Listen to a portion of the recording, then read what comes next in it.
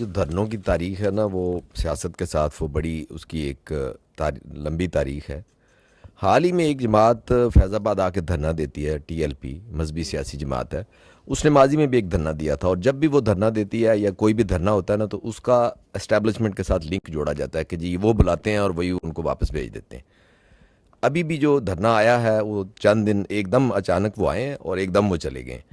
تو اور نام یہ لیا جا رہا ہے کہ جی اسٹیبلشمنٹ نے ان کو بلوایا تھا اور اپنی ضرورت کے لیے یا سہولت کے لیے. اس کے بارے میں آپ ذرا وضاحت کر دیں. دیکھیے پوائنٹ یہ ہے کہ پہلے without I come to your the exact question that you have said, I think the issue is at the core of the issue is the فلسطین. یہ بڑا ایک حساس اور بڑا اہم ایشو ہے. ہمیں پہلے تو یہ کلیئر ہونا چاہیے کہ جو فلسطین کا مسئلہ ہے اس کے اوپر حکومت پاکستان کا اور افواج پاکستان کا بڑا کلیئر غیر مبہم موقف ہے. وہ یہ ہے کہ دس از اے جینوسائڈ، ان ایکسیپٹیبل. اور اس کے اوپر اگر آپ دیکھیں تو وزیر اعظم پاکستان کی، وزارت خارجہ کی، آرمی چیف کی، جن عمائدین سے جہاں ملاقاتیں ہوتی ہیں، اس کے بعد جو بیانیے آتے ہیں، جو اعلامیے آتے ہیں، ان کی جو پریس بریفنگز ہیں، اس میں بارہا اس بات کو بڑا کلیئرلی بتایا جاتا ہے. اور آپ نے یہ بھی دیکھا ہوگا کہ فارمیشن کمانڈر کانفرنس اور کور کمانڈر کانفرنس کے اعلامیوں میں بڑا کلیئرلی ان باتوں کو بیان کیا جاتا ہے کہ دس از ٹوٹلی ان ایکسیپٹیبل. اور اس پہ ہمارا سٹانس بڑا واضح ہے. پاکستان کے جو سفیر ہیں، مندوب ہیں، منیر اکرم صاحب، انہوں نے بھی یونائٹڈ نیشنز میں عوام کے، پاکستانی عوام کے جذبات کی ترجمانی کی، پاکستان کی حکومت کی جذبات کی ترجمانی کی. اور پوری دنیا نے سراہا کہ انہوں نے کتنے واشگاف الفاظ میں جو ڈپلیسٹی ہے اس کی، ویسٹ کی، اس کو کس طرح کھول کے بیان کیا on this issue of Palestine and Gaza. اور پاکستان تو ان ممالک سے جو شروع سے جو ان سے ہے، روز اول سے جب سے مسئلہ ہے، اس میں جو ایڈ ہے اس میں بڑھ چڑھ کے حصہ لے رہے.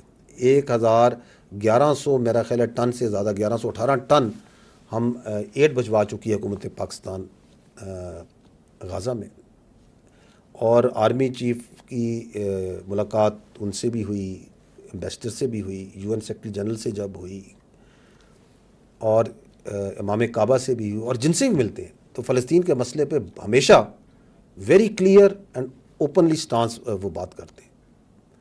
دی ایشو از، جو آپ یہ بات کر رہے ہیں کہ یہ دھرنا ہوا، اور یہ چونکہ حساس نوعیت کا ایک معاملہ ہے فلسطین کا عوام کے لیے، تو حکومت اور ادارے جو ان سے ہیں وہ ان کے ساتھ اس حساسیت اور جذباتیت کو سامنے رکھتے ہوئے کسی طریقے سے اس کو ریزالو کرنے کی کوشش کر رہے تھے، تاکہ وہ بغیر تشدد کے کسی طریقے سے بات چیت کے ذریعے مسئلہ حل ہو جائے.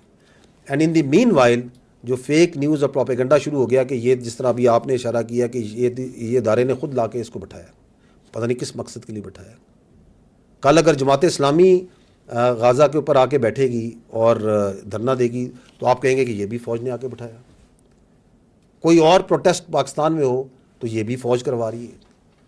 اس کی وجہ یہ ہے کہ انفارچونیٹلی جو فیک نیوز اور پروپیگنڈا ہے وہ اتنا عام ہو گیا ہے اور اس کی کوئی اکاؤنٹیبلٹی نہیں ہے.